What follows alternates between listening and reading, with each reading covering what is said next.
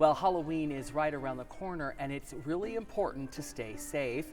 And I'm joined this morning with Jessica McBriar, who has a new job with the Elkhart Police Department. Good morning. Good morning. It's great to be here. Yeah, so tell me a little bit about this new position that you have.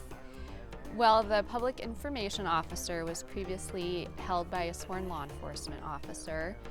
Due to staffing needs and wanting to have as many sworn police officers available as possible, they created a new civilian position. So I have been there since the end of September, and I'm enjoying it, and I'm loving serving the community. Awesome. So Halloween is so much fun, but it's also potentially a little dangerous depending on, the weather and when it gets dark. And so one of the things that we want to talk to you about today is Halloween safety, and you've brought some props, which I love.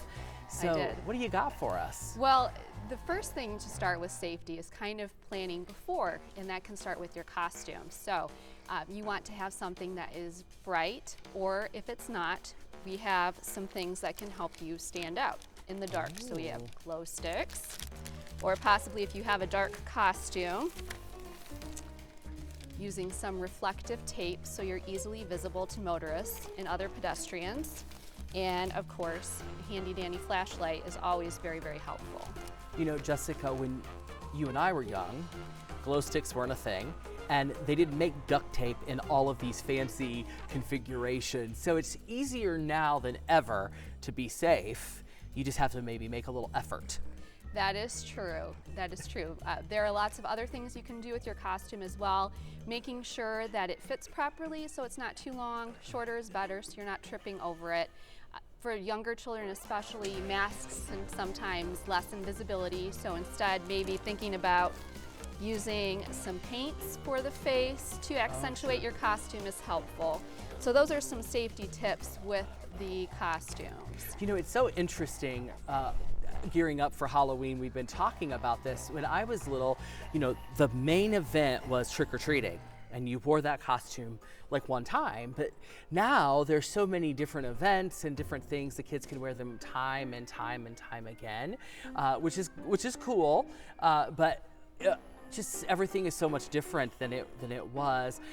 Do you have the information for Elkhart Trick-or-Treating? Yes, the City of Elkhart Trick-or-Treating is this Sunday on Halloween, so that's October 31st. It's from 6 to 8 p.m. So it'll probably be dark by then. It will probably be dark by then, yes. So these things that we've talked about today are essential and really easily, you can easily find those at any big box department store, drugstore kind of thing. I love a good glow stick, and they have them where you can wear them as like a necklace or a bracelet. And used to you'd go to the fair or something like that and you would get them. Or I remember my first time at Disney years ago and they had them, and I thought that was so cool. But they are something that are just mainstream now. And so the real question on everybody's mind, Jessica, is going to be, what are you going to be for Halloween? What am I going to be for Halloween? Unfortunately, I don't have a costume this year. No, but my son is going to be the Grim Reaper. He has some very cool light up eyes, which also enhance visibility. Oh, so wow. That's been super fun. And as you mentioned, we've had lots of opportunities in the community with Trunk or Treat at Island Park and the Pine Woods Not So Scary Walk that were very fun that our department participated in as well. The Grim Reaper. I hope you're not one of his victims. I am not. No, I will be one of his supervisors. Because that's also an important part of safety while trick-or-treating, is making sure your kids are old enough to go trick-or-treating by themselves, and if they do that, to go in groups for safety, and if they're not old enough to go by themselves, that they have an appropriate adult supervising them and making sure that they stay safe. And it really is kind of a fun thing for the whole family. I know lots of people, the whole family dresses up, or there's a theme, but they do make it a family outing so that safety is right there in the forefront of their mind. I often see people with like a red wagon, and they've got drinks and soda, and and just really making an event out of it, which can be super fun for everybody. So Jessica, thanks so much for being here representing the Elkhart Police Department.